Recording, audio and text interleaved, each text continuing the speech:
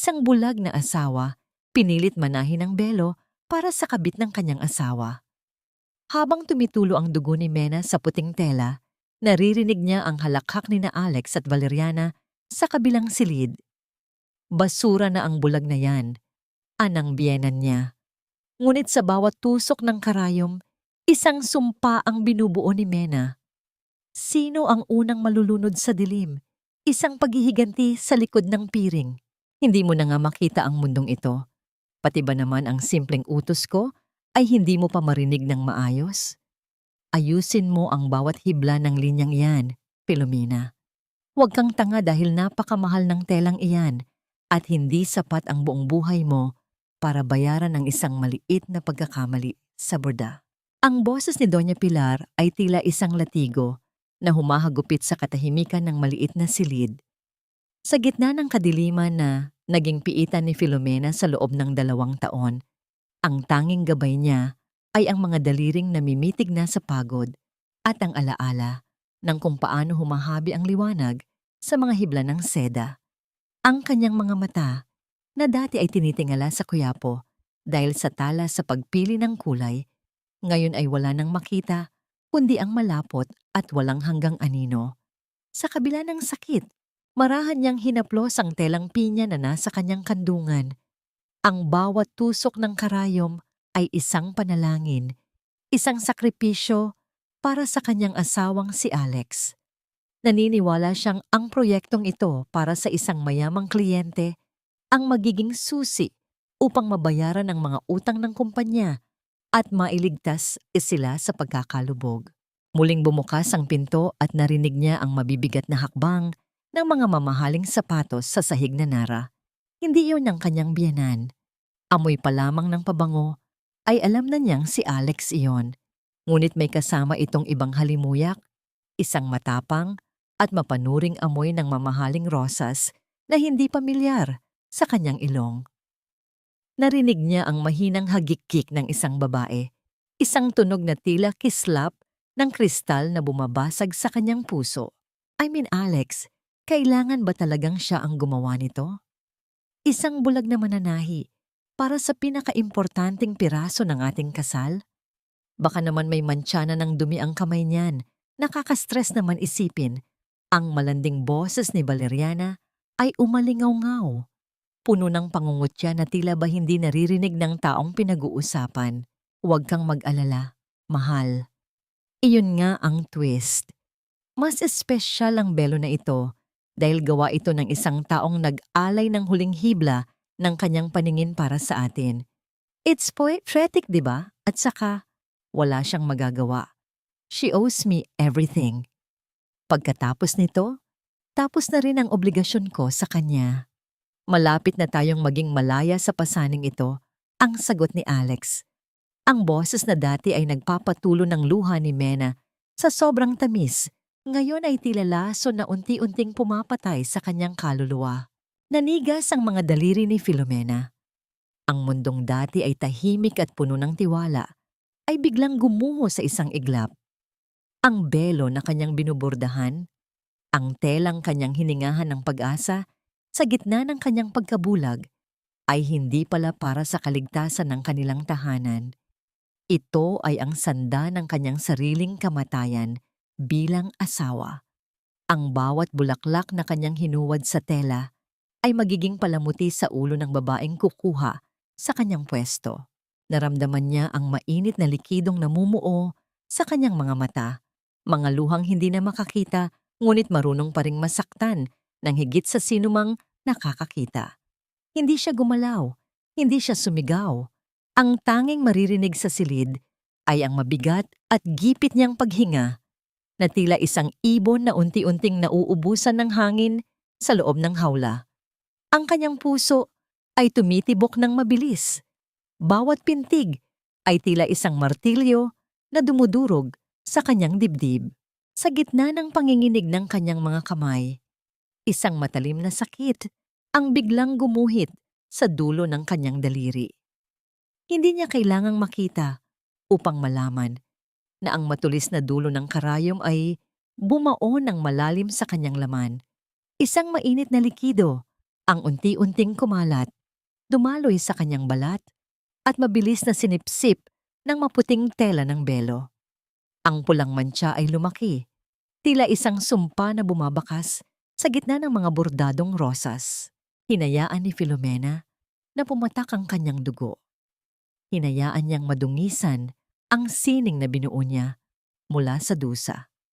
Sa gitna ng kadilimang nakapalibot sa kanya, isang bagong uri ng paningin ang tila nagising, isang malinaw at nakakatakot na pag-unawa. Ang kanyang pag-ibig, ang kanyang panata, at ang kanyang mga sakripisyo ay naging basura sa mata ng mga taong itinuring niyang mundo. Naisip niya, gaano pa karaming dugo ang kailangang dumanak bago niya ganap na mabayaran ng utang na loob na hindi naman siya ang nanghiram. Hanggang kailan siya mananatiling bilanggo sa isang kasinungalingang siya mismo ang tumulong na burdahin. Ang tanong na ito ay paulit-ulit na umuukit sa kanyang isipan, tila isang tinig na nagmumula sa kailaliman ng kanyang pagkatao, naghihintay ng kasagutan sa gitna ng katahimikang nakakabingi. Ang bawat pagtulo ng dugo sa puting tela ay tila isang mitya na unti-unting nauupos sa loob ng dibdib ni Filomena. Hindi niya inalintana ang hapdi sa kanyang daliri. Bagkus ay pinilit niyang haplusin ang mantsang yon upang burahin ang bakas ng kanyang kahinaan. Sa labas ng pintuan, ang tinig ni na Alex at Valeriana ay unti-unti ring lumalayo. Dala ang mga pangakong tila matatalim na kutsilyong humahati sa kanyang natitirang bait. Ilang sandali pa, naramdaman ni Filomena ang pagbukas ng pinto. Ang amoy ng matapang na pabango ni Doña Pilar ang unang sumalubong sa kanya. Kasunod ang tunog ng mga yabag na mabibigat at puno ng awtoridad sa sahig. Alam niyang papalapit ang kanyang biyenan at alam din niyang hindi ang kanyang kalagayan ang pakay nito, kundi ang pag-usad ng proyektong magliligtas sa dangal ng pamilya Villamor. Kumain ka na ba, Filoma? Huwag mong sabihing nagtatrabaho ka pa rin nang hindi sumusubo ng kahit kaunti. Ayokong magkasakit ka rito sa loob ng bahay dahil paniguradong ang pangalan ko na naman ang madidungisan sa harap ng ating mga kaibigan, ani Doña Pilar. Ang boses nito ay pilit na pinapalamig, ngunit bakas pa rin ang pagiging mapanghusga sa bawat pantig. Naglapag ito ng isang tray sa ibabaw ng maliit na lamesa. Ang tunog ng seramika na dumapo sa kahoy ay nagdulot ng isang matalim na alingaw-ngaw sa pandinig ni Filomena. Heto ang gamot mo. Sabi ni Alex, kailangan mo ito para sa iyong nerves. Masyado kang emosyonal nitong mga nakaraang araw. Inumin mo yan para makapagpahinga ka ng maayos at hindi na muling magulo ang isip mo sa mga bagay na hindi mo naman dapat pinapakialaman.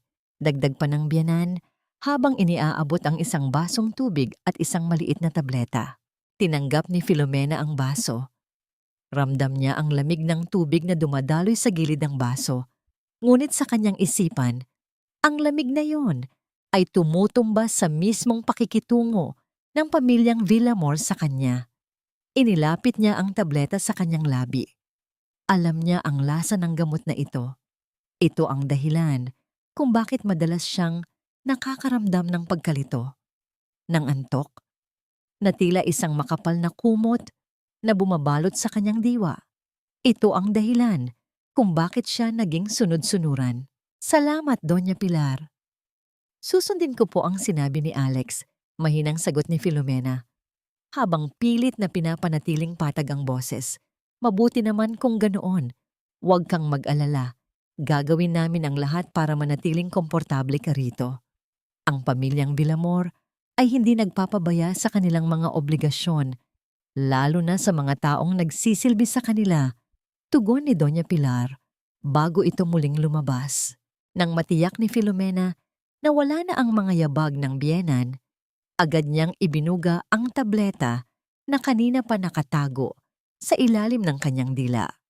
Ibinaba niya ito sa sahig at maingat na itinulak sa ilalim ng isang makapal na alpombra gamit ang kanyang paa. Hindi na siya muling magpapadala sa lason na unti-unting kumikitil sa kanyang pagkatao. Sa gitna ng katahimikan ng silid, ang kanyang puso ay nagwawala sa kaba. Ang pagpapanggap na siya ay walang malay, na siya ay nananatiling bulag at bingi sa katotohanan, ay isang mapanganib na laro.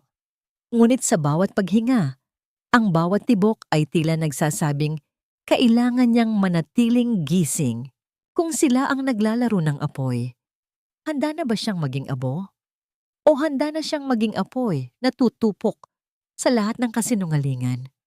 Ang bawat segundong lumilipas sa loob ng silid na yon ay tila isang malalim na hukay na unti-unti niyang binabakbak, naghihintay ng tamang pagkakataon upang ang lahat ng kanilang itinago ay mabunyag sa liwanag.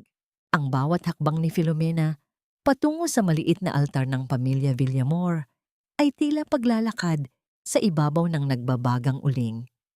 Ang hangin sa loob ng silid dalanginan ay mabigat, puno ng amoy, ng natutunaw na kandila at ang nakakasulasok na samyo ng mga lantang sampagwita. Kahit hindi niya nakikita ang mga estatwa ng mga santo, ramdam niya ang kanilang mga matang tila humuhusga sa kanya o marahil ay nahahabag sa kanyang sinasapit. Lumuhod ka, Filomena.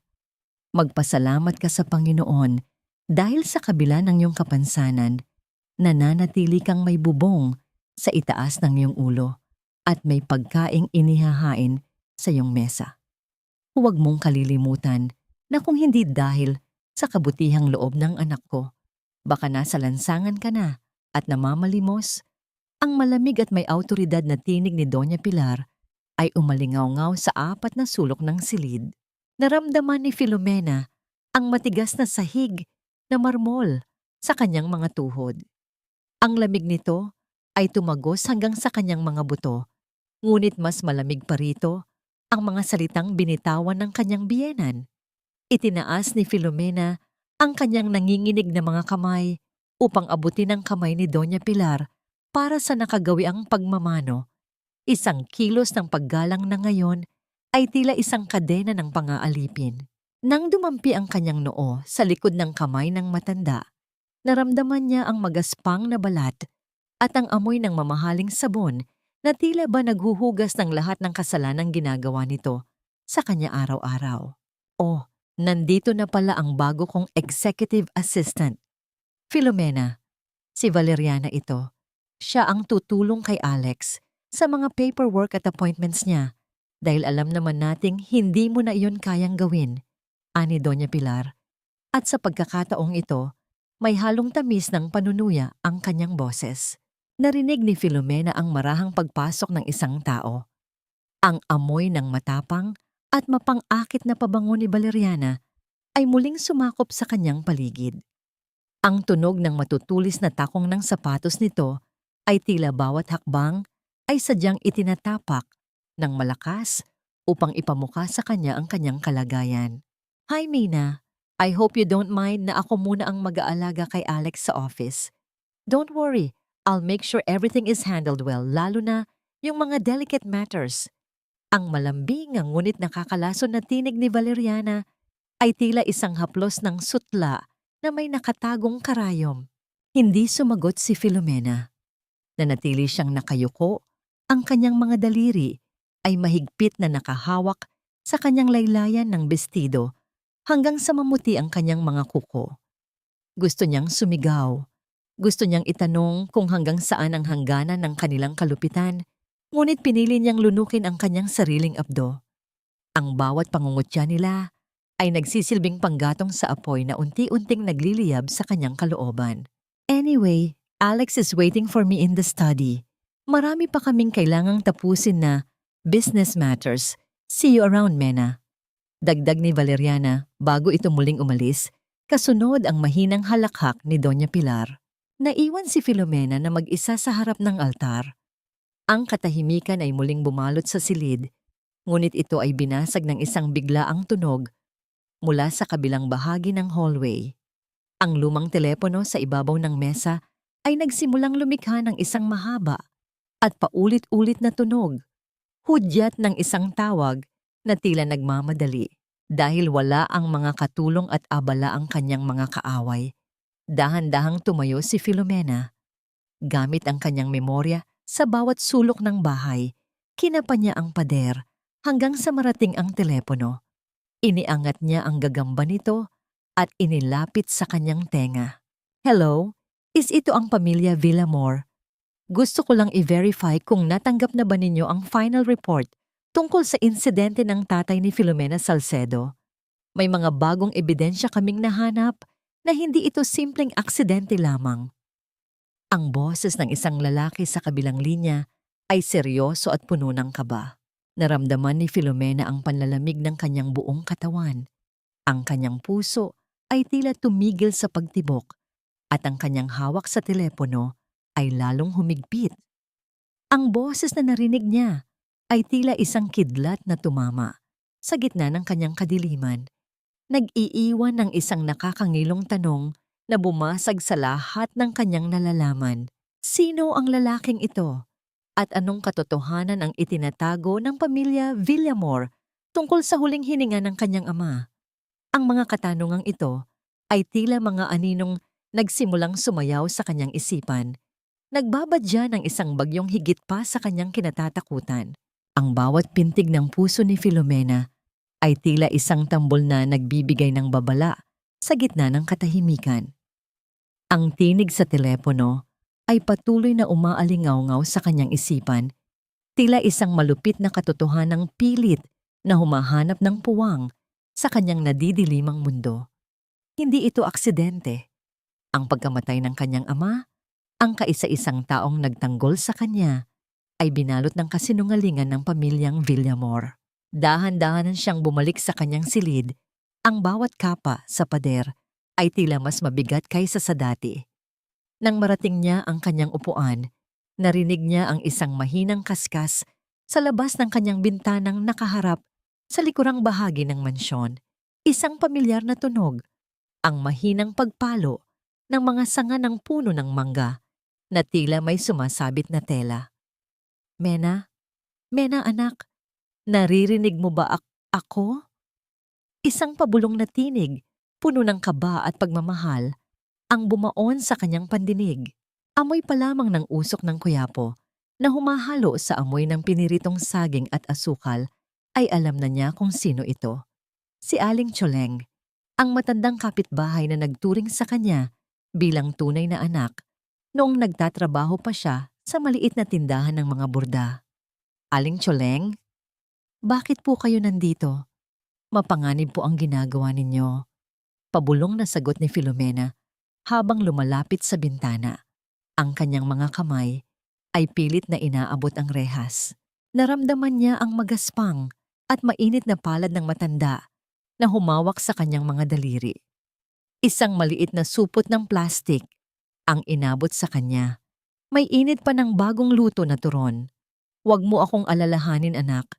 Pinilit kong pumasok dito sa likod habang abala ang mga gwardya sa harap.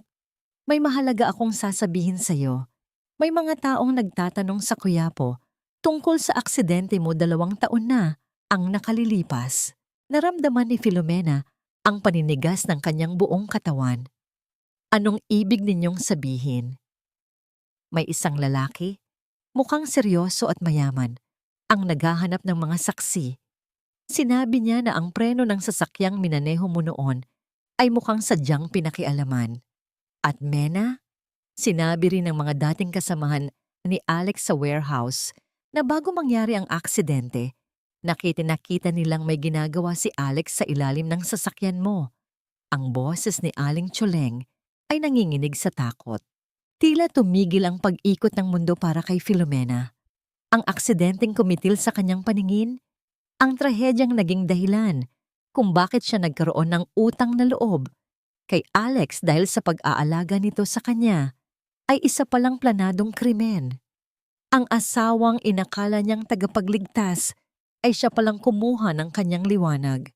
Ngunit bago pa makapagsalita si Filomena, ang katahimikan ng gabi ay binasag ng malalakas na yabag ng mga sapatos na nagmumula sa hallway.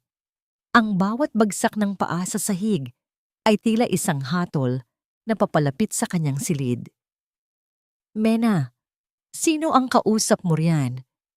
Ang malakas at galit na boses ni Alex ay tila isang kulog na nagpayanig sa buong silid. Narinig ni Filomena ang mabilis na pag-alis ni Aling Tsoleng, ang tunog ng mga tuyong dahon na nayapakan sa labas, at ang marahas na pagbukas ng kanyang pinto. Ang hangin sa loob ng silid ay biglang uminit sa galit na dala ng kanyang asawa. "What is this smell? Turon, sinong nagdala nito rito?" Ang tunog ng plastik na marahas na hinablot ni Alex ay sinundan ng pagbagsak ng pagkain sa sahig na lumikha ng isang malagkit na tunog sa sahig na kahoy. Naramdaman ni Filomena ang mahigpit na pagkakahawak ni Alex sa kanyang braso. Ang mga daliri nito ay tila bakal na bumaon sa kanyang balat. "Akala ko ba ay malinaw ang usapan natin, Mena? Wala kang dapat kausapin na kahit sino mula sa nakaraan mo. Ang nakaraan mo ay patay na, gaya ng mga mata mo. Huwag mong subukan ng pasensya ko dahil baka makalimutan kong asawa kita at ituring kitang basurang dapat nang itapon." Hindi nakakita si Filomena, ngunit sa sobrang lapit ng mukha ni Alex sa kanya, naramdaman niya ang mabigat na paghinga nito at ang amoy ng alak. Sa gitna ng kanyang takot, isang malamig na determinasyon ang nagsimulang mabuo sa kanyang puso. "Alex, nasasaktan ako." Mahina niyang sambit. Pilit na itinatago ang panginginig ng kanyang boses. "Mas masasaktan ka kung hindi ka matututong sumunod. Simula ngayon, wala nang lalabas o papasok sa silid na ito nang wala ang permiso ko. At kung mabalitaan kong may naghahanap pa sa'yo mula sa Quiapo, sisiguraduhin kong hindi lang paningin ang mawawala sa'yo." Bulyaw ni Alex bago marahas na binitiwan ang kanyang braso at lumabas, kasabay ang malakas na pagbagsak ng pinto na tila isang kulungan na tuluyan ng nagsara. Naiwan si Filomena sa gitna ng dilim. Ang kanyang braso ay kumikirot at ang amoy ng nasayang na pagkain ay namamayani sa paligid. Napaupo siya sa sahig. Ang kanyang mga kamay ay dahan-dahang gumapang hanggang sa mahawakan niya ang isang piraso ng turon na nadurog sa sahig. Ito na ba ang katapusan ng kanyang pag-asa? O ito na ang simula ng isang laban na hindi gagamitan ng mga mata, kundi ng isang pusong handang sumunog sa bawat kasinungalingang bumuo sa kanyang buhay? Sa gitna ng kanyang pag-iisa, isang pangalan ang pumasok sa kanyang isipan. Ang lalaking nagtatanong tungkol sa kanyang aksidente. Sino siya? At kaya ba niyang iligtas si Filomena sa impyernong ito? "Mena, kailangan mo ng sariwang hangin. Masyado ka nang nakukulong sa loob ng bahay. Baka kung ano-ano na ang naiisip mo." Ang tinig ni Alex ay puno ng huwad na pag-aalala habang inaalalayan niya si Filomena palabas ng mansyon. Naramdaman ni Filomena ang mainit na sikat ng araw sa kanyang balat. Isang bihirang pagkakataon na makalabas siya sa kanyang madilim na silid. Ngunit sa likod ng malambot na haplos ng asawa, sa kanyang siko, ramdam niya ang paninigas ng mga kalamnan nito. Hindi ito paglalakbay para sa kanyang kalusugan. Ito ay isang paglipat ng bilanggo. Ang bawat yabag nila sa semento patungo sa sasakyan ay tila isang martsa patungo sa isang hatol na hindi niya palubos na maunawaan. Narinig niya ang pagbukas ng pinto ng sasakyan at ang marahang paglubog ng kanyang katawan sa malambot na upuang balat. Ang loob ng sasakyan ay malamig, dala ng malakas na bugso ng aircon, ngunit ang amoy na sumalubong sa kanya ay hindi bago. Ang matapang na halimuyak ng mamahaling rosas, ang pabango ni Valeriana.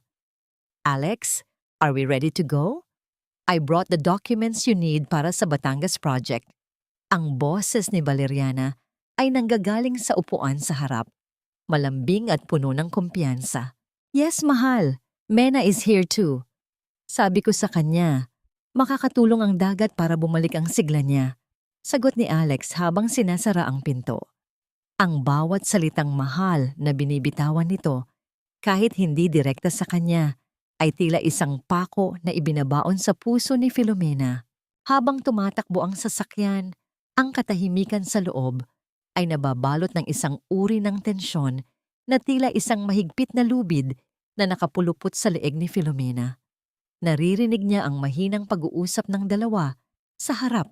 Mga plano tungkol sa warehouse, tungkol sa mga bagong shipment, at mga halakhak na tila ba wala siyang presensya sa likuran. Sa isang pagkakataon, naramdaman ni Filomena ang bahagyang paggalaw ng upuan sa harap. Narinig niya ang mahinang pagkuskos ng tela at ang tila pigil na paghinga. Kahit wala siyang paningin, ang kanyang pandinig ay naging masusi.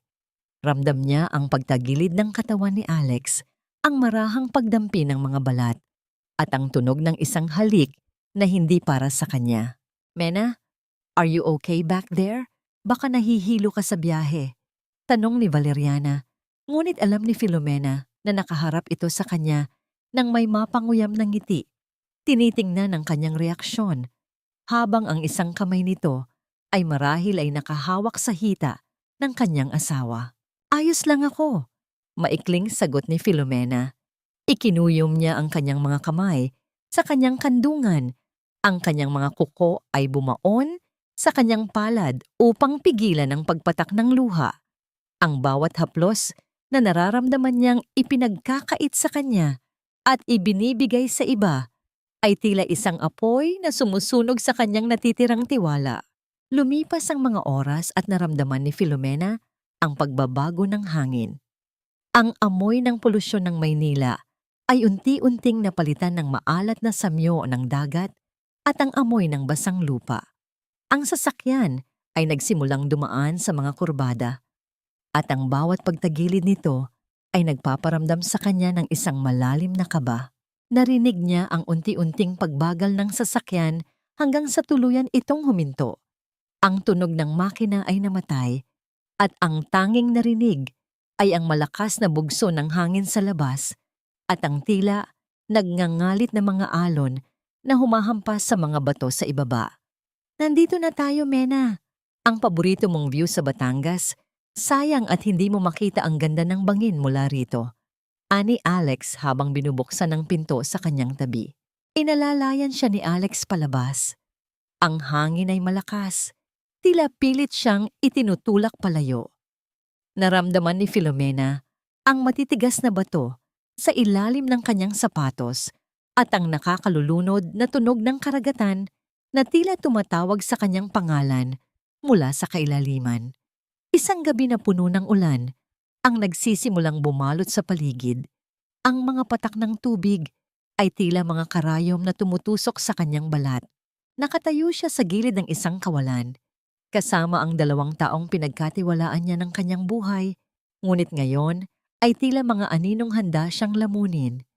Sa gitna ng dagundong ng dagat at ng dilim na walang hanggan, isang tanong ang tila naging malinaw sa kanyang isipan. Ito na ba ang huling hininga ng kanyang mga panata? "Masyado ka nang matagal na nagdurusa sa dilim, Mena. Panahon na para magpahinga ka ng tuluyan at palayain ang ating mga sarili sa sumpang ito." Ang mga salitang ito ni Alex ay tila mas malamig pa sa hanging humahampas sa kanilang mga katawan sa itaas ng bangin. Sa gitna ng dilim at ng papalakas na buhos ng ulan, naramdaman ni Filomena ang mahigpit na pagkakahawak ng asawa sa kanyang magkabilang balikat. Ngunit hindi ito ang haplos ng pag-ibig na kanyang iningatan sa loob ng maraming taon. Ito ay ang marahas na pagtulak ng isang taong nais ng burahin ang kanyang presensya sa mundong ito. Bago pa man siya makasigaw, naramdaman ni Filomena ang biglang pagkawala ng matigas na lupa sa ilalim ng kanyang mga paa. Ang hangin ay mabilis na dumaan sa kanyang mga tainga, tila isang mabilis na agos na humihila sa kanya pababa sa kailaliman. Sa maikling sandali ng kanyang pagkahulog, ang lahat ng kanyang mga alaala ay tila isang mabilis na kidlat na gumuhit sa kanyang isipan. Ang kanilang kasal, ang mga pangako sa harap ng altar, at ang bawat patak ng pawis at dugo na inalay niya para sa tagumpay ni Alex.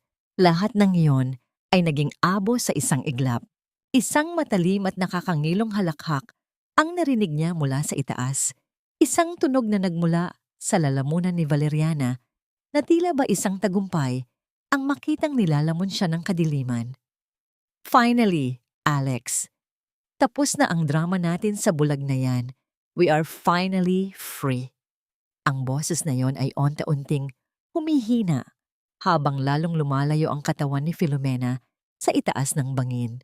Ngunit sa gitna ng kanyang pagbulusok, naramdaman ni Filomena ang isang malakas na pagtama sa isang bahagi ng dalisdis na hindi kasing tulis ng inaasahan. Isang marahas na paguga ng kanyang katawan ang naganap nang tumama siya sa isang malambot na bunton ng mga baging at masukal na halaman. Narinig niya ang pagbali ng mga sanga, isang tunog ng pagkawasak na sinundan ng kanyang paggulong patungo sa isang mas mababaw na bahagi ng tubig. Ito ang lihim na kilos ni Tasio, ang driver na sadyang iniba ang posisyon ng sasakyan at ang pwesto ng pagtayo ni Mena upang hindi siya direktang mahulog sa pinakamalalim at pinakamabatong bahagi ng karagatan. Ang malamig na tubig ng dagat ay tila libu-libong karayom na tumusok sa kanyang balat nang tuluyan siyang lumubog. Ang alat ng tubig ay pumasok sa kanyang bibig at ilong, nagbibigay ng isang nakakasulasok na pakiramdam ng pagkalunod. Sa ilalim ng tubig, ang lahat ay tahimik. Isang nakakatakot na kapayapaan na tila nag-aanyaya sa kanya na sumuko na lamang at hayaang lamunin na ng agos ang kanyang paghihirap. Ngunit sa bawat pag-alon, isang imahe ang nanatiling malinaw sa kanyang diwa, ang larawan ng kanyang ama at ang katotohanang ninakaw sa kanya. Ang galit na dati ay pilit niyang ikinukubli ay biglang nagliyab, nagbibigay ng init sa kanyang naninigas na katawan. Hindi siya pwedeng mamatay rito, hindi sa ganitong paraan. Pilit niyang iginalaw ang kanyang mga kamay, hinahawi ang bigat ng tubig habang ang kanyang puso ay tila sasabog na sa loob ng kanyang dibdib. Ang bawat pintig ay isang sigaw ng paglaban. Sa gitna ng kawalan ng malay at ng huling hininga ng hangin sa kanyang baga, isang katanungan ang tila naging huling anchor ni Filomena sa mundong ito. Kung ang liwanag ay ipinagkait sa kanyang mga mata, sapat na ba ang apoy ng kanyang puot upang ituro ang daan pabalik sa hustisya? Dahan-dahang nawala ang kanyang malay habang ang kanyang katawan ay inanod ng malakas na agos patungo sa isang pampang na hindi niya nakikita. Dala ang isang panatang higit pa sa pag-ibig, isang panata ng pagbabalik mula sa mga patay. Ang init ng isang tuyong kumot ay dahan-dahang pumalit sa nanunuot na lamig ng dagat na tila gustong lumamon sa huling hininga ni Filomena. Sa kanyang pagmulat, wala siyang nakitang liwanag, kundi ang pamilyar na madilim na mundong naging piitan niya. Ngunit sa pagkakataong ito, ang hangin ay hindi na amoy lason at kasinungalingan.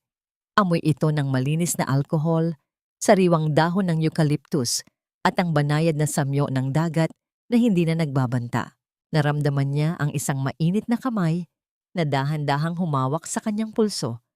Hindi ito ang marahas na hawak ni Alex, kundi isang haplos na puno ng pag-iingat at respeto. Ang bawat daliri ng estranghero ay tila nagbibilang ng bawat pintig ng kanyang puso. Tinitiyak na ang buhay ay nananatili pa rin sa loob ng kanyang sugatang katawan. Huwag kang matakot.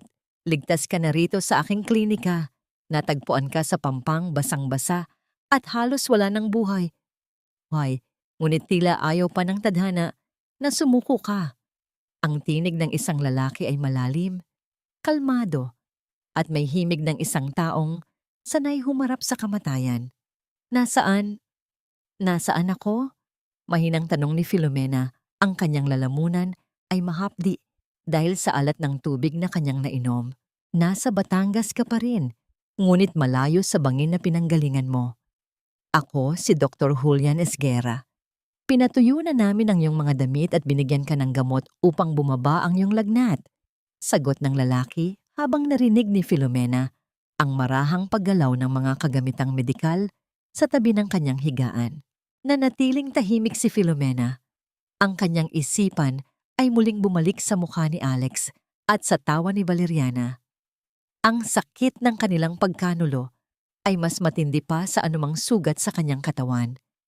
Ngunit bago pa siya muling lamunin ng pighati, muling nagsalita ang doktor. At sa pagkakataong ito, ang tono nito ay naging mas seryoso. May kailangan kang malaman, Filomena. Sa pagsusuri ko sa iyong dugo, nakakita ako ng mataas na konsentrasyon ng isang uri ng sedative. Hindi ito gamot para sa nerves. Ito ay isang lason na dahan-dahang nagpapatulog sa iyong diwa at nagpapahina sa iyong memorya. Matagal ka nang nilalason ng mga taong pinagkakatiwalaan mo. Ang bawat salita ni Julian ay tila isang hampas ng kidlat sa pandinig ni Filomena. Ang mga tabletang ipinapainom sa kanya ni Doña Pilar, ang pag-aalaga ni Alex. Lahat ng yon ay bahagi ng isang mas malaking plano upang gawin siyang isang buhay na bangkay. Alam ko kung sino ang gumawa nito sa'yo. Pagpapatuloy ni Julian at naramdaman ni Filomena ang biglang pagbabago sa bigat ng hangin sa silid. Si Alex Villamor. Ang kumpanya niya ang nagsuplay ng mga palyadong kagamitang medikal sa ospital kung saan pumanaw ang aking kapatid na babae. Namatay siya dahil sa kasakiman ng asawa mo. Matagal ko nang hinahanap ang paraan para mapabagsak sila at tila ikaw ang sagot ng langit sa aking mga panalangin. Naramdaman ni Filomena ang init ng luhang dumadaloy sa kanyang mga pisngi. Hindi siya nag-iisa sa kanyang galit. Ang kanyang pighati ay bahagi ng isang mas malaking kwento ng kawalang katarungan. Dahan-dahang umupo si Filomena. Ang kanyang mga kamay ay pilit na hinahanap ang direksyon ng tinig ni Julian. Naramdaman niya ang kamay ng doktor na sumalubong sa kanya. Isang matibay na suporta sa gitna ng kanyang panghihina. Sa sandaling iyon, ang katahimikan sa loob ng klinika ay nabalot ng isang bagong uri ng pangako. Hindi isang panata ng pag-ibig na madaling mapako, kundi isang alyansa ng dalawang kaluluwang pinagbuklod ng parehong sakit. Filomena, muling pagsambit ni Julian, ang kanyang boses ay tila isang hamon na naghihintay ng kasagutan. Ang iyong mga mata ay maaaring may sugat, ngunit ang iyong kaluluwa ay kailangang magising. May pagpipilian ka. Gusto mo bang mabuhay para lamang tumakas at magtago sa dilim? O gusto mong mabuhay para bawiin ang lahat ng ninakaw sa iyo, kasama na ang iyong paningin? Ang tanong ni Julian ay tila isang echo na paulit-ulit na umuukit sa puso ni Filomena. Sa gitna ng kanyang pagkabulag, isang imahe ang nagsimulang mabuo, isang bersyon ng kanyang sarili na hindi na yumuyuko, isang babaeng marunong ng lumaban gamit ang katotohanan. Ano ang magiging sagot ng isang mananahi na ang huling obra ay dinungisan ng sariling dugo? Ang katahimikan ni Filomena ay punong-puno ng mga sigaw na naghihintay na pakawalan. Ang mundong nakapiring ay hindi isang bilangguan, kundi isang bagong mapa na kailangang dahan-dahang iguhit ni Filomena sa kanyang isipan. Sa loob ng maliit at payapang klinika ni Dr. Julian sa Batangas, ang bawat araw ay nagsisimula sa tunog ng pagtilaok ng mga manok sa malayo at ang amoy ng pinakuluang dahon ng pandan na nagmumula sa kusina. Hindi na siya nagmamadali. Ang bawat kilos niya ngayon ay may layunin. Ang muling kilalanin ang kanyang sarili sa gitna ng kawalan ng liwanag. Mena, kailangang matutunan ng iyong mga kamay ang hindi kayang makita ng iyong mga mata. Ang bawat hibla, bawat amoy, at bawat tunog ay may sariling kulay. Master your senses and you will see more than those who have eyes. Anang tinig ni Julian habang inilalagay nito ang isang maliit na tela sa kandungan ni Filomena. Naramdaman niya ang pamilyar na kiskas ng telang juicy sa kanyang mga daliri. Ngunit sa pagkakataong ito, hindi siya nanginginig sa takot. Sa ilalim ng matiyagang paggabay ni Julian, natutunan niyang kilalanin ang iba't ibang gamot sa pamamagitan lamang ng kanilang samyo.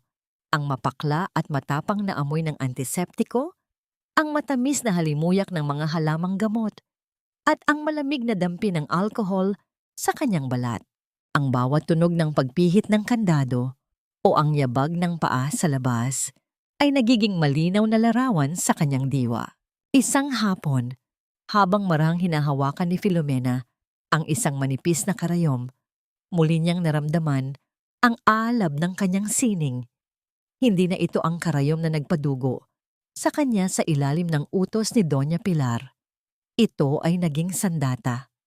Sa bawat tusok niya sa tela, tila ba tinatahi niya ang mga pira-pirasong bahagi ng kanyang nadurog na dangal. Ang bawat buhol ng sinulid ay naging simbolo ng kanyang panata na hindi na muling magiging biktima. Julian, bakit mo ginagawa ang lahat ng ito para sa akin? Tanong ni Filomena. Ang kanyang boses ay mas matatag na ngayon kaysa noong nakaraang linggo. Narinig niya ang marahang pagbuntong hininga ng doktor bago ito sumagot. Because I know the feeling of being powerless, Mina. Noong pumanaw ang kapatid ko dahil sa mga palyadong ventilator ni Alex, pakiramdam ko ay nabulag din ako ng galit. Ngunit nang makita kita sa dalampasigan, na-realize ko na hindi sapat ang magalit lang. We need to be strategic. You are not just a patient to me. You are the living proof of their crimes. Ngunit ang katahimikan ng kanilang pag-uusap ay biglang nabasag ng buksan ni Julian ang isang maliit na radyo sa gilid. Ang boses ng isang news anchor ay pumuno sa silid, mabilis at seryoso. Dala ang balitang tila isang malamig na tubig na ibinuhos sa katawan ni Filomena. Isang malungkot na balita. Ang gumimbal sa komunidad ng mga negosyante ngayong araw. Kinumpirma ng pamilya Villamor ang pagpanaw ng asawa ng businessman na si Alex Villamor na si Filomena Salcedo. Ayon sa ulat, ang biktima ay nagpakamatay sa pamamagitan ng pagtalon sa isang bangin sa Batangas dahil sa matinding depresyon bunga ng kanyang pagkabulag. Sa isang maikling pahayag, humiling ng privacy ang nagdadalamhating si Alex Villamor habang inihahanda ang huling hantungan ng kanyang kabiyak. Naramdaman ni Filomena ang matinding panunuyo ng kanyang lalamunan. Para bang naririnig niya ang pagguho ng dati niyang buhay habang ang lalaking nagpahamak sa kanya ay nagpapakita ng lungkot sa harap ng buong mundo. Ganap na ang kasinungalingan. Para sa marami, si Filomena Salcedo ay isa na lamang alaala ng isang babaeng tuluyang natalo ng bigat ng kanyang mga pinagdaraanan. Depresyon, nagpakamatay, bulong ni Filomena, ang kanyang mga kamay ay mahigpit na nakakapit sa telang kanyang binuburdahan hanggang sa marinig ang bahagyang pagkapunit nito. Lumingon siya sa direksyon ni Julian at kahit wala siyang paningin, ang aura ng kanyang mukha ay nagbago mula sa isang sugatang kaluluwa tungo sa isang babaeng handang bumangon mula sa sarili niyang libingan. Julian, patay na si Filomena Salcedo para sa kanila. At iyon ang pinakamalaking pagkakamali ni Alex dahil ang hindi niya alam, ang multong binuo niya ang siyang mismong hihila sa kanya, pababa sa impyerno. Ang boses ni Filomena ay malamig, puno ng determinasyong tila isang patalim na hinahasa sa dilim. Kailan tayo magsisimula? Tanong niya, habang ang kanyang mga daliri ay marahang hinahaplos ang karayom, tila ba naghahanda para sa isang obra maestra na hindi gawa sa sutla, kundi sa katotohanang matagal nang ibinaon sa limot. Ang pagbabalik sa mansyon ng mga Villamor ay tila pagpasok sa loob ng isang kabaong na gawa sa ginto at marmol. Habang dahan-dahang tumatakbo ang sasakyan sa mahabang driveway, naramdaman ni Filomena ang pamilyar na bigat ng hangin na tila may nakatagong lason. Hindi niya kailangang makita ang malalaking bakal na pinto o ang mga bantay sa labas upang malaman na siya ay muling pumasok sa teritoryo ng mga lobo. Sa tulong ni Julian at sa pakikipag-ugnayan ni Tasio, ang balita ng kanyang himalang pagkaligtas ay mabilis na kumalat. Ngunit ang Filomenang bumalik ay hindi na ang mahinang babaeng umiiyak sa gilid ng bangin. Ang kanyang mukha ay blanko, ang kanyang mga mata ay nananatiling nakapako sa kawalan, at ang bawat salitang bibitawan niya ay sadyang pinili upang ipakita na ang kanyang alaala ay tila isang basag na salamin. Nang bumukas ang pinto ng sasakyan, naramdaman ni Filomena ang mabilis na paglapit ng isang tao. Ang amoy ng alak at mamahaling sigarilyo ay agad na nagsumigaw ng pangalan ni Alex. Mena, buhay ka? Paano? Paano nangyari ito? Ang boses ni Alex ay nanginginig, hindi dahil sa tuwa, kundi dahil sa purong takot na tila nakakita ng isang multo sa gitna ng tanghali. Inalalayan siya ni Alex, ngunit naramdaman ni Filomena ang panginginig ng mga kamay nito sa kanyang braso. Alex, ikaw ba yan? Ang dilim. Bakit sobrang dilim? Nasaan ako? Sabi ng mga taong nakahanap sa akin, asawa mo raw ako. Mahinang sagot ni Filomena. Ang kanyang tinig ay tila isang batang naliligaw, puno ng pagkalito at takot. Narinig niya ang mabilis na pagbaba ni Doña Pilar mula sa hagdanan. Ang tunog ng kanyang baston sa sahig ay tila isang babala.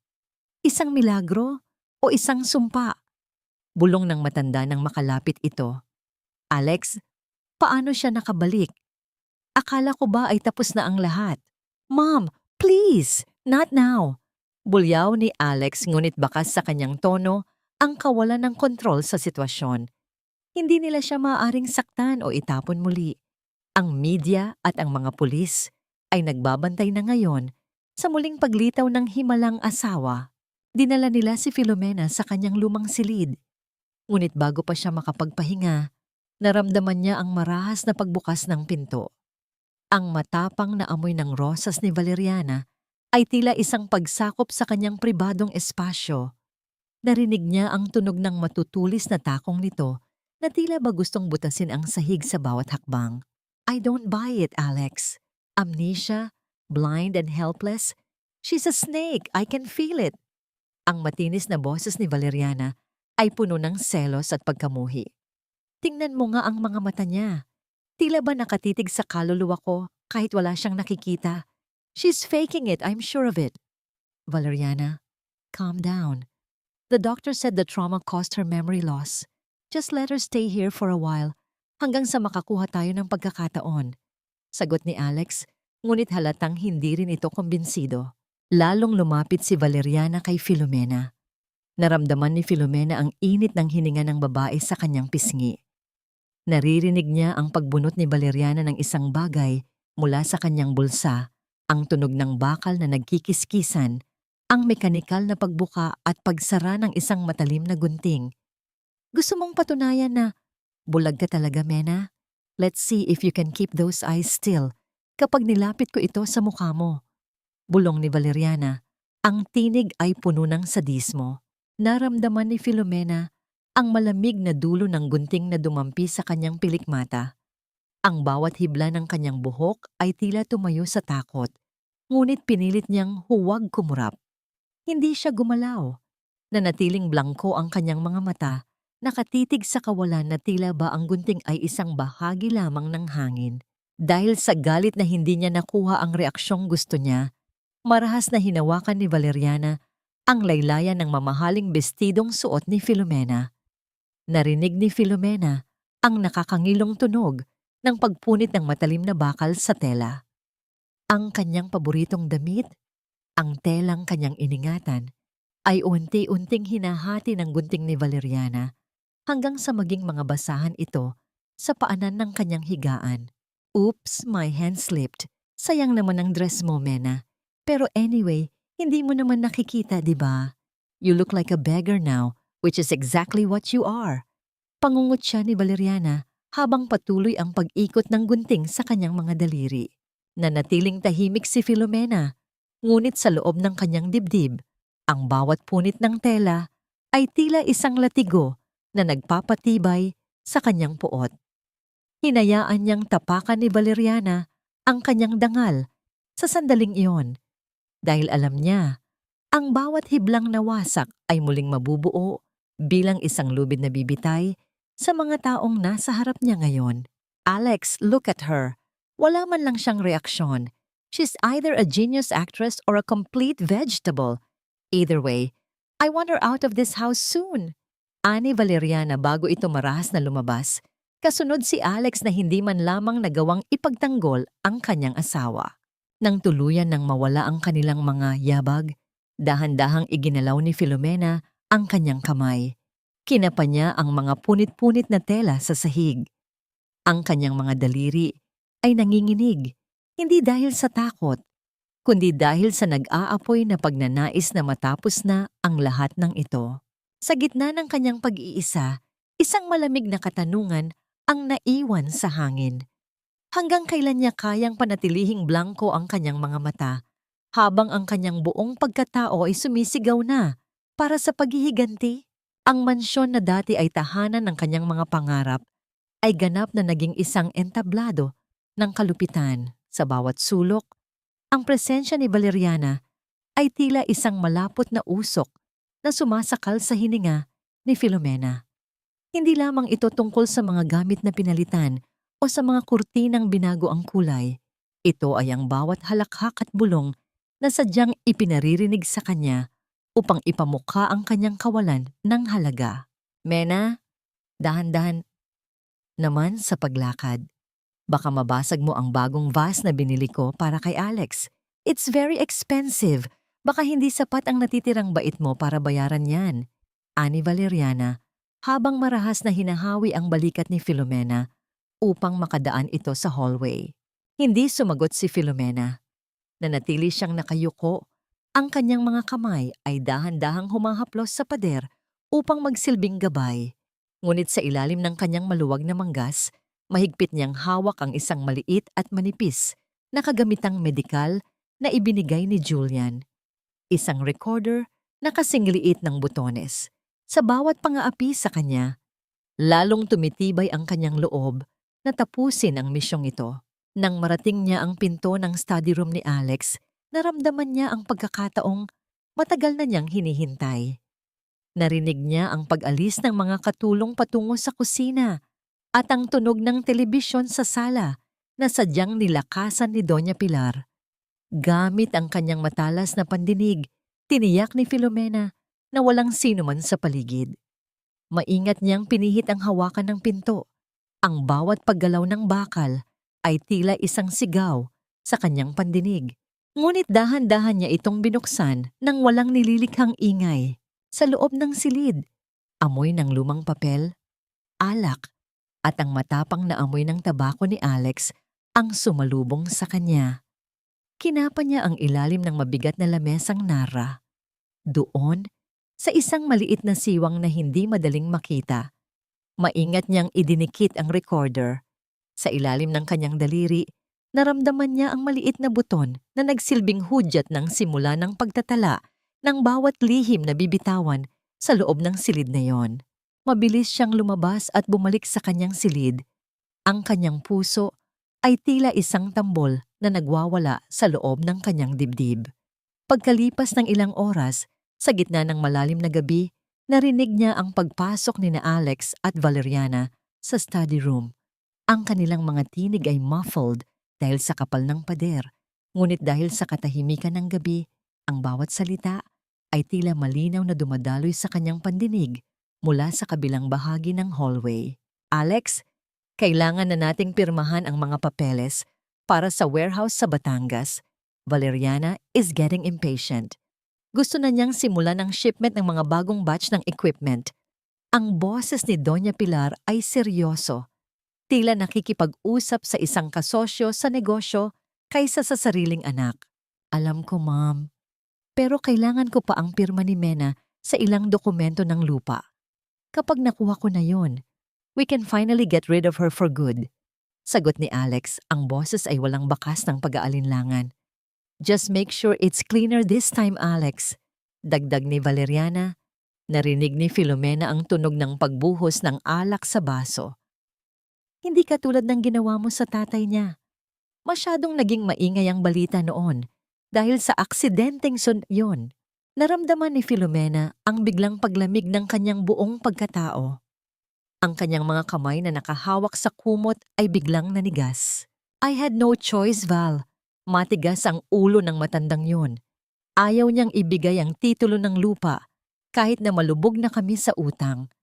Kaya nang makita kong ini-inspeksyon niya ang preno ng sasakyan ni Mena, alam kong pagkakataon ko na. Isang mabilis na galaw lang sa ilalim ng kotse at tapos ang problema.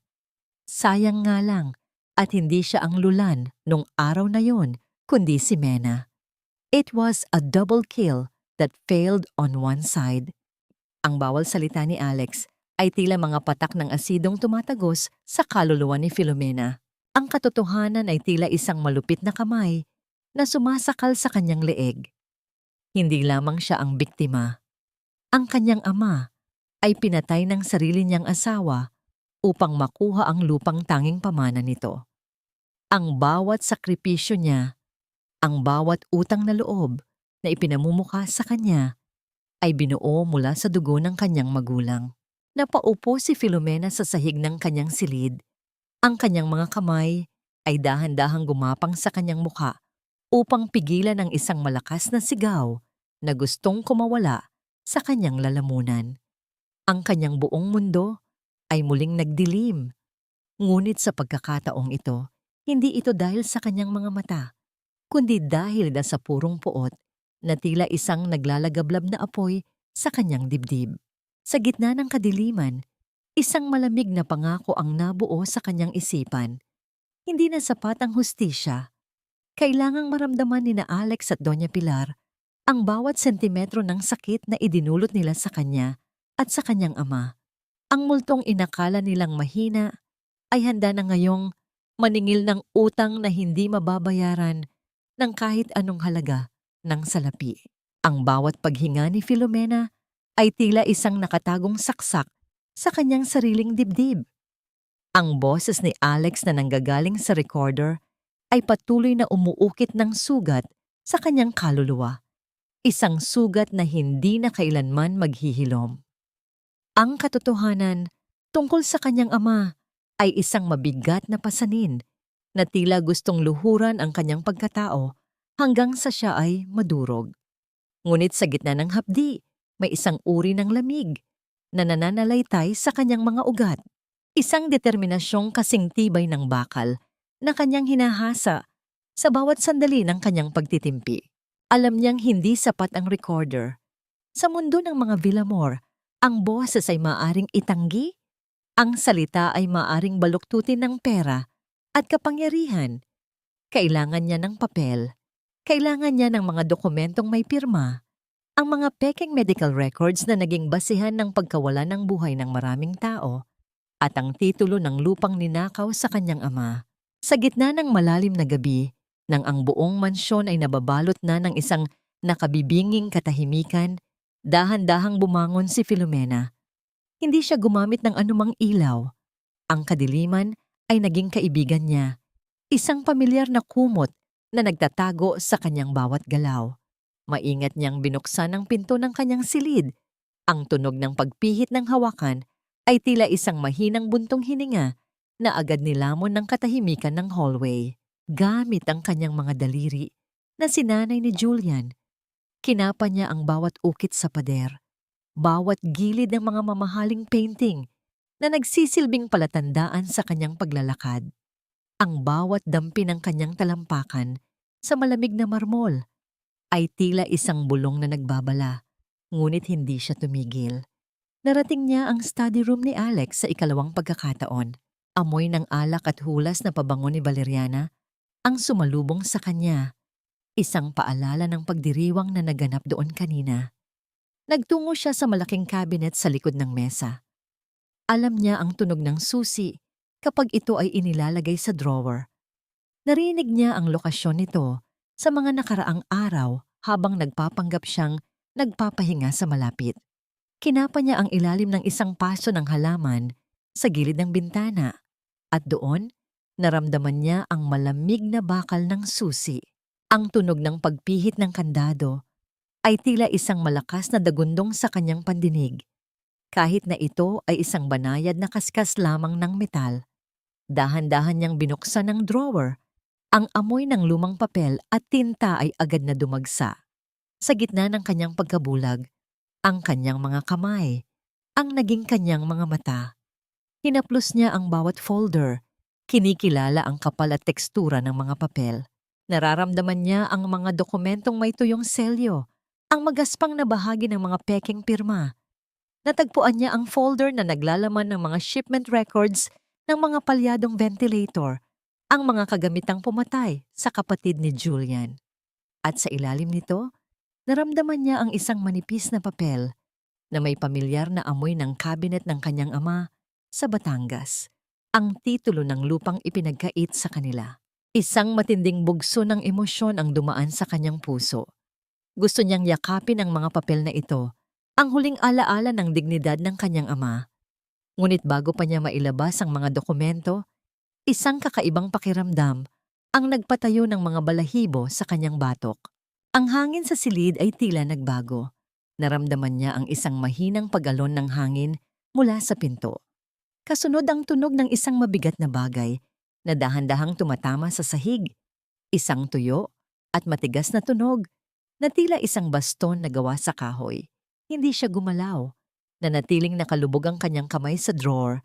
Ang kanyang hininga ay pinigil niya hanggang sa maramdaman niya ang sakit sa kanyang dibdib. Masyadong matalas ang iyong pakiramdam para sa isang taong nawalan na ng direksyon sa buhay, Filomena. Ang boses ni Doña Pilar ay tila isang malamig na hangin na nagmula sa kailaliman ng isang hukay. Ang tunog ng kanyang baston ay muling dumapo sa sahig, papalapit ng papalapit sa kinaroroonan ni Filomena. Ang amoy ng mamahaling sampagita at gamot na laging dala ng matanda ay tila isang sumpa na bumalot sa buong silid. Anong ginagawa mo sa madilim na silid na ito, anak? Naghahanap ka ba ng mga alaala? O naghahanap ka ng dahilan para lalong masaktan? Ang tanong ng matanda ay puno ng kamandag. Bawat salita ay tila isang pangungutya sa kanyang kalagayan. Naramdaman ni Filomena ang anino ni Doña Pilar na nakatayo na sa kanyang harapan. Ang katahimikan ay naging mas malapot pa sa kadiliman. Sa gitna ng panganib, ang tanging naririnig ay ang mabilis na tibok ng kanyang puso na tila isang ibon na pilit kumakawala sa hawla, habang ang kamay ng matanda ay dahan-dahang dumadampi sa kanyang balikat, malamig at walang buhay. Ang malamig na daliri ni Doña Pilar sa balikat ni Filomena ay tila mga galamay ng isang mantsa na pilit humahaplos sa kanyang kaluluwa. Sa gitna ng madilim na silid, ang tanging nagbibigay ng buhay ay ang mabigat na paghinga ng matanda at ang amoy ng sampaguita na tila naging amoy ng isang bukas na libingan. Hindi gumalaw si Filomena. Ang kanyang kamay ay nananatiling nakabaon sa loob ng drawer, mahigpit na nakahawak sa mga dokumentong hawak ang kanyang kapalaran. Hinanap ko lang po ang amoy ng aking ama, Doña Pilar. Pakiramdam ko po ay naliligaw ako sa loob ng sarili kong tahanan at ang tanging alam kong daan ay ang alaala ng kanyang mga gamit. Mahinang sagot ni Filomena. Ang kanyang boses ay tila isang marupok na sinulid na anumang oras ay maaaring maputol. Narinig ni Filomena ang mahinang pagngisi ng matanda. Ang amoy ng iyong ama? O ang amoy ng mga mama mo ng mga bagay na hindi mo na dapat pang pinanghahawakan? Isang bulag na babae sa gitna ng kadiliman. Isang talinghagang puno ng kapaitan. Ngunit kung talagang wala kang nakikita, at kung talagang tapat ka pa rin sa pamilyang kumupkop sa'yo, patunayan mo ito sa akin. Hinila ni Doña Pilar ang braso ni Filomena nang may puwersang hindi mo aakalain sa isang matanda. Inalalayan siya nito patungo sa kusina, kung saan ang malamig na hangin mula sa labas ay humahalo sa amoy ng mga pampalasa. Ang bawat yabag ng baston ni Doña Pilar sa sahig ay tila isang hatol na papalapit sa kanyang huling hantungan. Gusto kong ipagtimpla mo ako ng tsa, Filomena. Gaya ng ginagawa mo nung nakakakita ka pa. Ipakita mo sa akin na kahit wala ng liwanag ang iyong mga mata, ang iyong utang na loob ay nananatiling buhay sa iyong mga kamay. Gawin mo ito sa gitna ng dilim, nang walang kahit anong ilaw. Utos ng matanda habang naririnig ni Filomena ang pag-alis nito sa kanyang tabi at ang pag-upo nito sa isang silya sa malapit. Naramdaman ni Filomena ang panginginig ng kanyang mga tuhod. Ang kusina ay isang lugar na puno ng panganib para sa isang hindi nakakakita. Ang matutulis na kutsilyo, ang nagbabagang apoy, at ang mainit na tubig. Ngunit naalala niya ang mga turo ni Julian. Master your senses. Kinapa niya ang pader hanggang sa marating ang kalan. Naramdaman niya ang init ng bakal ang gasgas sa ibabaw ng tile na nagsilbing tanda kung nasaan ang takore. Sa bawat galaw niya, naramdaman ni Filomena ang isang presensya sa anino ng pintuan. Isang mahinang pag-alon ng hangin ang dumaan sa kanyang tabi. Kasunod ang marahang pagdampi ng isang matigas na bagay sa kanyang kamay, ang hawakan ng tasa na sadyang inilapit sa kanya. Alam niya, iyon ay si Tasyo. Ang tahimik na suporta ng matandang driver ang nagbigay sa kanya ng lakas upang magpatuloy. Maingat niyang isinalin ang mainit na tubig. Ang tunog ng likidong bumubuhos sa porselana ay tila isang awit na kailangang maging perpekto. Naramdaman niya ang singaw ng tsaa na dumadampi sa kanyang mukha. Dala ang amoy ng chamomile na tila nagpapakalma sa kanyang nagwawalang puso. Nang maihain niya ang tasa sa harap ni Doña Pilar, ang katahimikan ay muling naging malapot. Ngunit ang katahimikang iyon ay binasag ng marahas na pagpasok ni Valeriana. Ang tunog ng kanyang matutulis na sapatos ay tila mga saksak sa katahimikan ng gabi. Ang kanyang pabango ay tila isang laso na naagad na sumakop sa buong kusina. How touching! Ang bulag na mananahi nagsisilbi pa rin sa kanyang reyna. Pangungutya ni Valeriana, ngunit may kakaibang tono sa kanyang boses. Isang uri ng tagumpay na tila ba may hawak siyang baraha na tatapos sa lahat. Pero Alex and I have better news, Doña Pilar. Hindi na kailangan ni Alex na magtiis sa isang asawang pabigat at walang silbi. Naramdaman ni Filomena ang biglang paghigpit ng hangin sa loob ng silid. Anong ibig mong sabihin, Valeriana? Tanong ni Doña Pilar. Ang kanyang boses ay puno ng kuryosidad. I'm pregnant, Doña Pilar. Dinadala ko na ang tunay na tagapagmana ng mga Villamor. Isang batang may malinaw na mata, hindi katulad ng sa babaeng ito. Ang bawat salita ni Valeriana ay tila isang sampal na paulit-ulit na dumadapo sa mukha ni Filomena. Kaya sa ayaw at sa gusto nyo, kailangan nang mawala ni Filomena sa bahay na ito. Ngayon din, tila gumuho ang huling piraso ng langit na pinanghahawakan ni Filomena. Ang sakit ng pagtataksil ay muling bumuka, mas matindi at mas talamak kaysa noong una. Ang kanyang asawa, ang lalaking pumatay sa kanyang ama, ay magkakaroon na ng anak sa babaeng sumira sa kanyang buhay. Nanatiling nakatayo si Filomena. Ang kanyang mga kamay ay nakakuyom sa ilalim ng lamesa. Ang kanyang mga mata, na inakala nilang walang nakikita, ay tila nagniningas sa likod ng kadiliman. Sa sandaling iyon, ang huling hibla ng kanyang pagtitimpi ay tuluyan ng naputol. Mena, bakit ka tumatahimik? Wala ka man lang bang sasabihin sa iyong asawa at sa kanyang magiging anak? Tanong ni Valeriana habang nararamdaman ni Filomena ang paglapit nito sa kanya.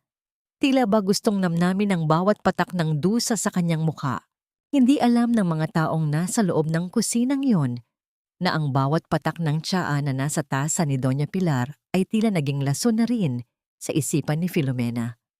Ang tanong ay hindi na kung kailan siya aalis, kundi kung sino ang matitira sa loob ng mansyong ito kapag ang lahat ng kanyang itinago ay tuluyan ng sumabog. Ang bawat salita ni Valeriana tungkol sa bagong buhay na dinadala niya ay tila mga martilyong pumapako sa huling hininga ng dangal ni Filomena. Sa loob ng madilim na kusina, ang bawat halakhak ng babaeng kumuha ng kanyang pwesto ay tila mga tinik na bumaon sa kanyang puso. Ngunit sa halip na sumigaw o umiyak, naramdaman ni Filomena ang isang nakakatakot na katahimikan na bumalot sa kanyang buong pagkatao. Isang uri ng kapayapaan na dumarating lamang bago ang isang malakas na bagyo. Congratulations, Valeriana. Isang biyayang ituturing ang isang bagong buhay, lalo na sa isang tahanang tila puno ng mga lihim. Mahinang tugon ni Filomena. Ang kanyang boses ay walang bakas ng galit. Tila isang patag na tubig sa gitna ng gabi. Narinig niya ang pagbuntong hininga ni Doña Pilar, isang tunog ng relief na hinaluan ng mapang-uring kagalakan. Mabuti naman at natututo ka ng tumanggap ng katotohanan, Filomena. Alex needs a legacy. And you have given enough. Bukas, sa gabi ng ingranding pagdiriwang ng kumpanya at ng anunsyo ng kanilang pagsasama, ito na ang magiging huling gabi mo rito. I've already prepared everything for your transfer sa isang pasilidad sa probinsya. Hindi sumagot si Filomena. Dahan-dahan siyang tumayo at kinapa ang kanyang daan pabalik sa kanyang silid. Sa bawat hakbang, naramdaman niya ang bigat ng mga dokumentong nakatago sa ilalim ng kanyang kutsyon. Bukas, ang salitang iyon ay tila isang sumpa at pangako ng sabay. Nang marating niya ang kanyang silid, naramdaman niya ang isang mahinang paggalaw sa labas ng bintana.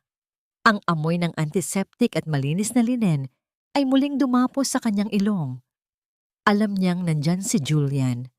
Sa pamamagitan ng isang maliit na siwang sa rehas, naramdaman niya ang pag-abot ng isang maliit na bagay, isang piraso ng telang sutla na may nakatagong mensahe. Mena, handa na ang lahat. Ang mga ebidensya mula sa warehouse ay nasa kamay na ng mga tamang tao, ngunit kailangan nila ang iyong testimonya sa harap ng publiko upang hindi ito mabaon ng pera ni Alex. Are you ready for tomorrow? Ang pabulong na tanong ni Julian ay puno ng pangamba at determinasyon. Handa na ako, Julian. Ngunit may isang bagay pa akong kailangang tapusin. Ang bilong pinagawa nila sa akin. Sagot ni Filomena. Ang kanyang mga daliri ay dahan-dahang hinahanap ang tumpok ng puting tela sa gilid ng kanyang higaan. Sa buong magdamag, hindi natulog si Filomena. Gamit ang kanyang mga daliri na tila may sariling isip, muli niyang hinawakan ang karayom. Hindi na ito ang karayom ng isang biktima. Ang bawat tusok niya sa telang pinya ay puno ng lahat ng sakit, lahat ng poot, at lahat ng katotohanang nais niyang isigaw. Pinili niyang burdahin ang isang disenyo na tanging siya lamang ang nakakaalam ng kahulugan. Isang serye ng mga bulaklak na kung titingnang mabuti ay tila mga mukha ng mga taong nawala ng buhay dahil sa kasakiman ni Alex. Naramdaman niya ang sariling dugo nang muli siyang matusok ng karayom, ngunit hindi niya ito pinahiran. Hinayaan niyang humalo ang kanyang dugo sa puting sinulid, tila isang panandang hindi na mabubura ng kahit anong sabon. Ang belo na ito ang magiging sanda ng kanyang paghihiganti. Kinaumagahan, ang buong mansyon ay naging abala para sa malaking pagdiriwang. Narinig ni Filomena ang tunog ng mga kagamitang inihahanda, ang malakas na musika sa ballroom, at ang boses ni Alex na puno ng kayabangan habang kinakausap ang kanyang mga business partners. Sa gitna ng kaguluhan, pumasok si Alex sa silid ni Filomena. Mena, ayoko ng eksena mamaya. You will stay in the shadows hanggang sa matapos ang announcement. Pagkatapos nyon, aalis ka na ng tahimik. Do you understand? Ang boses ni Alex ay malamig. Walang bakas ng pagsisisi sa lahat ng ginawa niya sa kanyang asawa. Opo, Alex. Ngunit may hiling lang ako. Gusto kong ako mismo ang mag-abot ng belo kay Valeriana bago siya humarap sa lahat. Bilang tanda ng aking pagpapalaya sa iyo, mahinang hiling ni Filomena. Narinig niya ang mahinang pagngisi ni Alex. Fine, kung yan ang magpapatahimik sa konsensya mo, gawin mo. Just don't ruin anything. Nang lumabas si Alex, naramdaman ni Filomena ang bigat ng belo sa kanyang mga kamay. Ang gabi ng paghuhukom ay narito na. Ang bawat hakbang niya patungo sa ballroom ay tila isang paglalakad sa gitna ng apoy. Ngunit sa pagkakataong ito, hindi siya ang masusunog. Sa gitna ng kanyang kadiliman, isang huling katanungan ang umalingaw-ngaw sa kanyang isipan. Kapag ang lahat ng palamuti ay tinanggal at ang katotohanan ay tumambad, sino ang tunay na magiging bulag sa harap ng hatol ng mundo?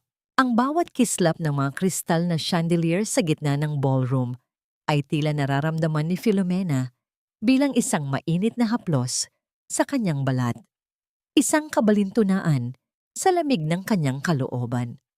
Ang buong mansyon ng mga Villamor ay puno ng tunog ng mariringal na musika, ang pagtatama ng mga basong kristal, at ang mapagkunwaring halakhak ng mga negosyanteng tila mga buwitreng naghihintay ng kanilang bahagi. Sa gitna ng entablado, nararamdaman niya ang presensya ni Alex at Valeriana. Amoy ng tagumpay at mamahaling alak ang bumabalot sa kanila. Ladies and gentlemen, ang boses ni Alex ay umalingaw-ngaw sa buong silid, puno ng kumpiyansa at kayabangan. Ngayong gabi, hindi lamang natin ipinagdiriwang ang paglawak ng Villamor Medical Imports, kundi pati na rin ang isang bagong simula. Ang aking magiging katuwang sa buhay at sa negosyo, Valeriana Alcantara. Ang tunog ng palakpakan ay tila isang dagundong na dumurog sa huling labi ng pag-aalinlangan ni Filomena. Ito na ang sandali. Dahan-dahan siyang lumabas mula sa anino ng mga kurtina. Ang kanyang puting bestida ay tila isang liwanag sa gitna ng kadiliman. Sa kanyang mga kamay, maingat niyang dala ang bilong kanyang binurdahan ng sariling dugo at pait. Nang maramdaman ng mga panauhin ang kanyang presensya, ang malakas na musika at tawanan ay unet-unting napalitan ng isang mabigat na katahimikan. Ang bawat mata ay nakatuon sa bulag, na asawang inakala ng lahat na pumanaw na o tuluyan ng nasira ang bait. Mena, anong ginagawa mo rito? Sabi ko sa iyo ay manatili ka sa silid mo. Ang pabulong na bulyaw ni Alex, ang kanyang boses ay nanginginig sa pagitan ng galit at takot habang mabilis na lumalapit sa asawa. Narito ako para ibigay ang huling regalo ko sa inyo, Alex. Ang boses ni Filomena ay malinaw, matatag, at tumagos sa bawat sulok ng ballroom. Inabot niya ang belo patungo sa direksyon ni Valeriana. Ang bilong ito ay binuo ko sa bawat sandali ng aking pagkabulag. Ang bawat hibla nito ay saksi sa mga pangakong binitawan sa loob ng bahay na ito. Kinuha ni Valeriana ang belo nang may pag-aalinlangan, ngunit nang ilatag niya ito sa harap ng mga panauhin, isang kolektibong buntong hininga ng gulat ang namayan. Sa ilalim ng mga ilaw, ang mga pulang mantsa sa disenyo ng mga rosas ay tila tunay na dugo, at ang mga burda ay hindi mga bulaklak, kundi mga pangalan ng mga pasyenteng namatay dahil sa mga palyadong kagamitan ng kumpanya ni Alex. Ano itong kalokohang ito, Filomena? You're insane! Sigaw ni Doña Pilar habang sinusubukang hablutin ang belo. Ngunit huli na. Hindi na naghintay si Filomena. Inilabas niya ang maliit na recorder mula sa kanyang bulsa at pinindot ang play. Ang boses ni Alex, malinaw at talamak, ay pumuno sa ballroom. Isang mabilis na galaw lang sa ilalim ng kotse at tapos ang problema. Sayang nga lang at hindi siya ang lulan nung araw na yun kundi si Mena. It was a double kill that failed on one side. Ang katahimikan sa loob ng ballroom ay naging kasing lamig ng isang sementeryo. Ang mga mukha ng mga kasosyo ni Alex ay napalitan ng pandidiri at takot. Ang ingay ng pagbagsak ng isang baso sa sahig ay tila hudyat ng pagtatapos ng lahat. Hindi lang yan. Pagpapatuloy ni Filomena, ang kanyang mga mata na walang nakikita ay tila nakatitig ng diretso sa kaluluwa ni Alex. Ang mga dokumentong hawak ko ngayon ang magpapatunay na ang bawat yaman ninyo ay galing sa dugo ng aking ama at ng mga taong pinatay ninyo dahil sa inyong kasakiman. Alex, Doña Pilar, ang kadilimang ibinigay niyo sa akin ay ibinabalik ko na sa inyo.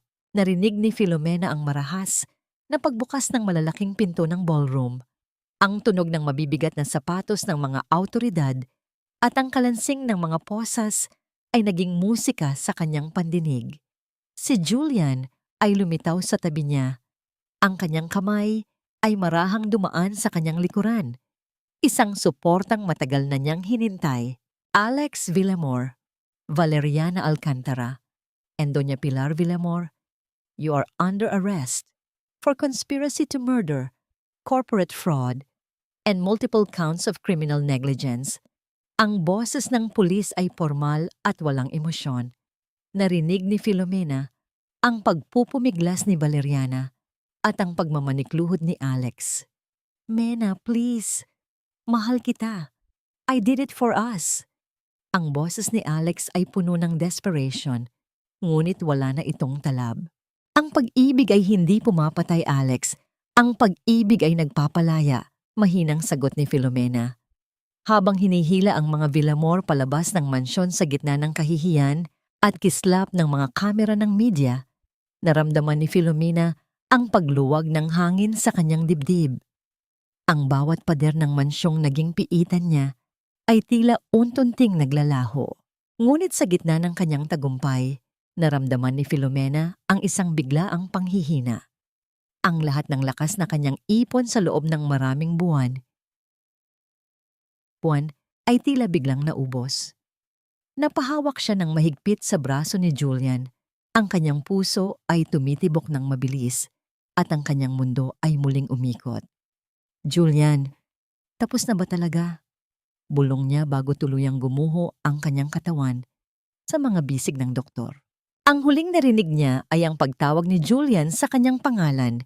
Sa gitna ng kaguluhan, isang tinig na puno ng pangamba at isang uri ng pagmamahal na hindi niya inakalang muli niyang mararamdaman. Ang bawat patak ng oras sa loob ng puting silid ng ospital ay tila isang banayad na himig na nagpapatahimik sa nagwawalang bagyo sa loob ng puso ni Filomena. Wala na ang amoy ng lason, wala na ang nakakasakal na presensya ng mga Villamor. Ang tanging nararamdaman niya ay ang malambot na unan sa kanyang ulo at ang mahigpit ngunit maingat na pagkakahawak ni Julian sa kanyang kamay. Isang angkla na nagpapanatili sa kanya sa gitna ng kanyang paglalakbay pabalik sa liwanag. Mena, wake up! Tapos na ang operasyon. Everything went well. Ang tinig ni Julian ay tila isang sikat ng araw na dahan-dahang tumatagos sa makapal na ulap. May halong pagod ang kanyang boses, ngunit nangingibabaw ang isang uri ng kagalakan na matagal nang ipinagkait sa kanilang dalawa. Dahan-dahang iginalaw ni Filomena ang kanyang mga daliri. Naramdaman niya ang makapal na benda sa kanyang mga mata. Isang huling piring na hindi na dahil sa kapansanan, kundi dahil sa proseso ng paghihilom. Sa sandaling iyon, ang lahat ng pait ng nakaraan, ang pagtulak sa kanya sa bangin, ang pagpatay sa kanyang ama, at ang bawat pangungutya ni na Valeriana at Doña Pilar, ay tila mga aninong unti-unting naglalaho sa harap ng isang bagong umaga. Sila Alex, ano nang nangyari sa kanila? Mahinang tanong ni Filomena, ang kanyang boses ay may sapat ng lakas upang hindi na muling manginig. Narinig niya ang marahang pag-upo ni Julian sa gilid ng kanyang higaan. Huwag mo na silang alalahanin, Mena. Alex and Valeriana are facing life sentences. Ang kumpanya nila ay tuluyan ng bumagsak at ang mansyong naging piitan mo ay kinuha na ng gobyerno upang ibayad sa mga pamilyang biktima ng kanilang mga palyadong kagamitan. Kahit si Doña Pilar, wala nang natitirang yaman kundi ang kanyang mga tuyong alaala sa loob ng isang selda. Ang karma ay hindi natulog. Naging mabusisi lang ito sa paniningil. Isang malalim na buntong hininga ang kumawala sa dibdib ni Filomena. Hindi siya nakaramdam ng tuwa sa pagbagsak ng kanyang mga kaaway, kundi isang malalim na kalayaan. Ang utang na loob na ipinantali sa kanyang leeg ay tuluyan ng naputol. Lumipas ang ilang araw ng paghihintay at pananalangin. Dumating ang sandaling matagal na niyang pinapangarap, ngunit kinatatakutan din. Sa loob ng silid na puno ng amoy ng sariwang bulaklak na hatid ni Julian, dahan-dahang pinaligiran siya ng mga nurse at ng doktor na naging tagapagligtas ng kanyang buhay at kaluluwa. Mena, dahan-dahan lang. I'm going to remove the bandages now. Huwag mong biglain ang pagmulat. Paalala ni Julian. Naramdaman ni Filomena ang marahang pag-ikot ng gasa sa kanyang ulo. Ang bawat pagtanggal ng dikit ay tila pagtuklap ng isang lumang balat ng sugat. Nang tuluyan ng maalis ang huling hibla ng benda, nanatiling nakapikit si Filomena. Ang kanyang puso ay tumitibok ng mabilis, tila isang ibong naghahanda sa kanyang unang paglipad. "Open your eyes, Mina. You're home," bulong ni Julian. Dahan-dahang iminulat ni Filomena ang kanyang mga mata. Sa simula, ang lahat ay isang malabong puting liwanag na tila sumusuntok sa kanyang paningin. Ngunit unti-unti, ang mga anino ay nagkaroon ng hugis, ang puting kisame, ang makulay na buke ng mga rosas sa mesa, at ang mukha ng lalaking nasa kanyang harapan. Hindi ang mukha ng kanyang kaaway, ang unang nakita ni Filomena. Ang unang imaheng tumatak sa kanyang bagong paningin ay ang malalim at tapat na mga mata ni Julian, ang mga matang puno ng pag-asa at isang uri ng pagmamahal na hindi humihingi ng kapalit. Nakita niya ang bawat linya ng pagod sa mukha nito, ang ngiting tila isang gantimpala para sa lahat ng kanilang pinagdaanan. "Nakikita ko na, Julian, nakikita ko na ang lahat," bulong ni Filomena habang ang mga luha ng purong kaligayahan ay nagsimulang dumaloy sa kanyang mga pisngi. Ngunit sa pagkakataong ito, nakikita na niya ang bawat patak ng kanyang luha, nagniningning na tila mga diamante sa ilalim ng ilaw. Inabot niya ang kamay ni Julian at dahan-dahang hinaplos ang mukha nito. Wala ng piring, wala ng dilim. Ang mananahing dati ay tinuteo ang sariling dusa, ngayon ay handa ng Theodet ang isang buhay na puno ng liwanag. Naramdaman niya ang marahang pagdampi ng noo ni Julian sa kanyang noo. Isang sandali ng pagtatagpo na hindi na kailangan ng mga salita. Sa labas ng ospital, ang araw ay uwente-unting sumisikat sa ibabaw ng lungsod, nagbabantay sa isang bagong simula na kailanman ay hindi na muling lalamunin ng dilim. Ang dagat sa Batangas ay hindi na ang nagngangalit na halimaw na sumubok lumamon sa buhay ni Filomena. 1 taon na ang nakalilipas. Ngayon, ang bawat banayad na paghampas ng alon sa dalampasigan ay tila isang uyayi, isang pagkilala sa kanyang muling pagsilang. Nakatayo si Filomena sa balkonahe ng isang maliit na bahay na bato. Ang kanyang mga mata ay malinaw na nakatitig sa unti-unting paglubog ng araw na nagpipinta ng kulay kahel at lila sa abot tanaw. Hindi na bilong pangkasal para sa iba ang kanyang hinahawakan. Sa loob ng kanyang maliit na paggawaan na tinawag niyang laya at sinulid, makikita ang mga kababaihang tila mga ibong may sugat na pakpak na ngayon ay natututo ng muling lumipad. Ang bawat tusok ng kanilang mga karayom ay hindi na para sa pagtitiis, kundi para sa pagbuo ng sarili nilang kinabukasan. Ang mga babaeng biktima ng karahasan at pang-aapi ay natagpuan ng kanilang tinig sa gitna ng bawat hibla ng tela na itinuturo ni Filomena. "Mena, dahan-dahan sa pagtatrabaho. Baka mapagod ang iyong mga mata." Ang malambing na tinig ni Julian ay pumutol sa malalim na pag-iisip ni Filomena. Naramdaman niya ang marahang paglalagay ni Julian ng isang shawl sa kanyang mga balikat. Lumingon siya at ngumiti sa lalaking hindi lamang nagbigay sa kanya ng paningin, kundi nagturo rin sa kanya kung paano muling magtiwala. Sa bawat araw na lumilipas, ang kanilang pagmamahalan ay tila isang dahan-dahang pagbuburda. Maingat, matibay, at puno ng mga kulay na hindi kailanman maglalaho. "Hindi ako napapagod, Julian. Mas masarap palang makakita kapag alam mong ang bawat imaheng nasisilayan mo ay totoo at walang halong kasinungalingan," sagot ni Filomena habang hinahawakan ng kamay ng doktor. Nabalitaan nila kamakailan na si Alex ay tuluyan ng nilamon ng kanyang sariling mga anino sa loob ng bilangguan, habang si Doña Pilar ay namumuhay sa isang mundong hindi na siya kinikilala, isang uri ng katarungang hindi kailangang gagamitan ng dahas, kundi ng bigat ng sarili nilang mga kasalanan. Para kay Filomena, ang pagpapatawad ay hindi nangangahulugang kinalimutan niya ang lahat.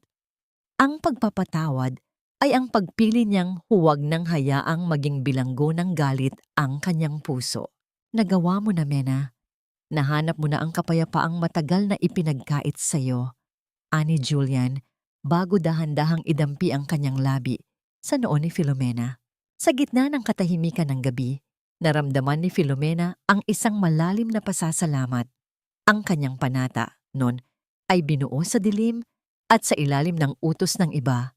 Ngunit ang kanyang panata ngayon ay binuo sa liwanag at sa ilalim ng sarili niyang kagustuhan. Isang panata na mananatiling tapat sa katotohanan, sa sarili, at sa pag-ibig na nagpapalaya. Ang sining ng kanyang buhay ay hindi na isang trahedya. Ito ay isa ng obra maestra ng paghilom, kung saan ang bawat mantsa ng dugo sa nakaraan ay naging bahagi lamang ng isang mas malaki at mas magandang disenyo. Habang pinapanood niya ang unang bituin na sumiklab sa langit, alam ni Filomena na kahit dumating pa ang muling kadiliman, hindi na siya muling maliligaw. Dahil ang tunay na paningin ay hindi nagmumula sa mga mata, kundi sa isang pusong marunong tumayo mula sa pagkakadapa at muling magmahal ng walang takot.